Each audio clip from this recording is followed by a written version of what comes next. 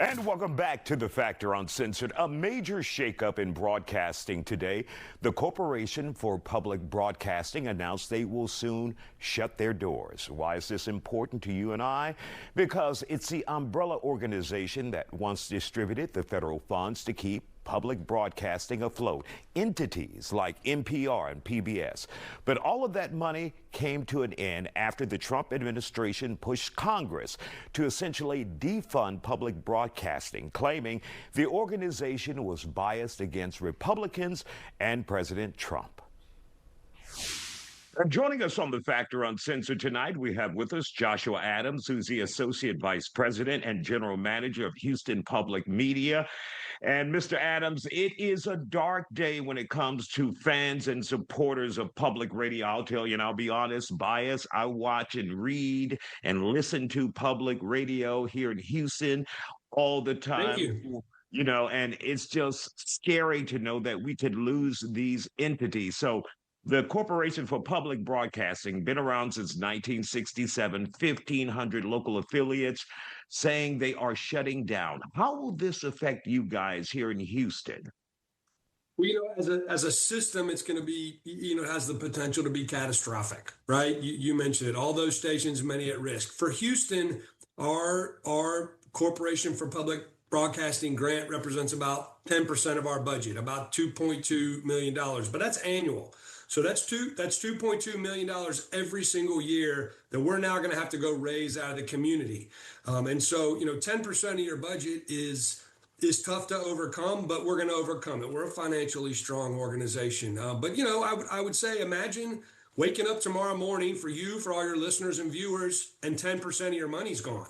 You're going to have to change the way you live. You might change a vacation. You might shop at a different store. You're going to change your behavior. And that's what we're going to have to do to be able to continue serving the community the way that we want to, the way that we're excited to do, and the way that we know we can do. We've always been a lean organization. We're going to keep doing that.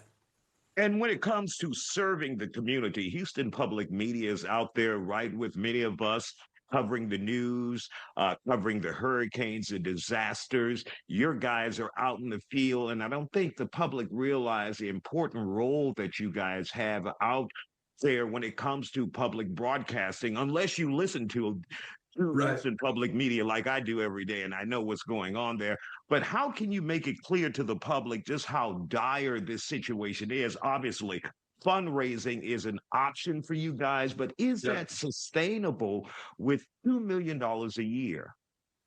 Well, I think that fundraising is absolutely sustainable.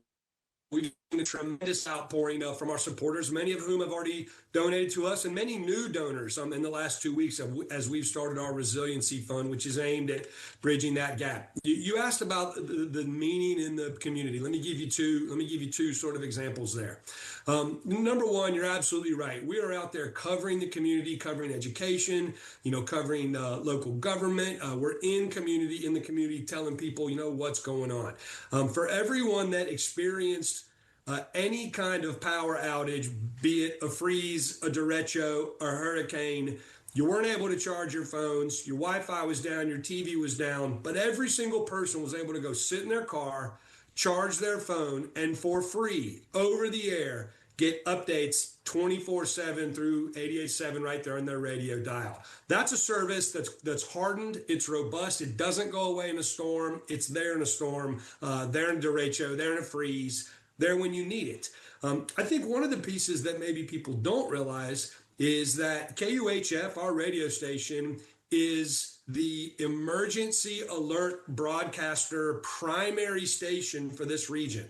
So that means that when an emergency alert is issued, be it by the Weather Service or more than a dozen other folks, we're the ones that make sure that it gets pushed to all of the stations, to all the cable providers, and get passed through to you. That can be, anytime you hear it on the radio, on the TV, that's us pushing it through so that you can get those alerts.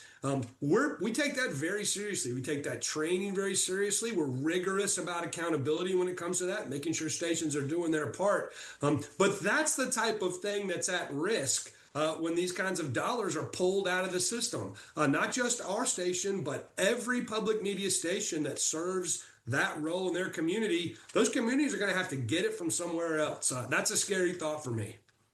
And of course, you guys currently have a campaign going on where you are fundraising for those who want to get involved with this fundraising effort and become a supporter. And like you guys say on the radio all the time, no amount is too small to help Exactly out. right. Just join in the effort to keep you guys on the air. For those who are wondering how to get involved, where should they go? It's easy. HoustonPublicMedia.org. Just HoustonPublicMedia.org. That's our website. All of our content is right there, but there's a donate button. We have a few of them these days right there on the front. Click that button. It's very easy. As you well said, it's no amount is too small. We're in the middle of a resiliency campaign to try to raise money to sort of replace these federal dollars that were lost. And we would love to have folks show their support for Houston, show their support for content in the community by making a donation really in any amount. All right. Joshua Adams, Associate Vice President and General Manager of Houston Public Media. Thank you for joining us here on The Factor Uncensored, and I'll continue to listen, sir. Thank you. And of course, once again, if you want to get involved and you want to try and keep that radio station on the air, go to Houston Public Media.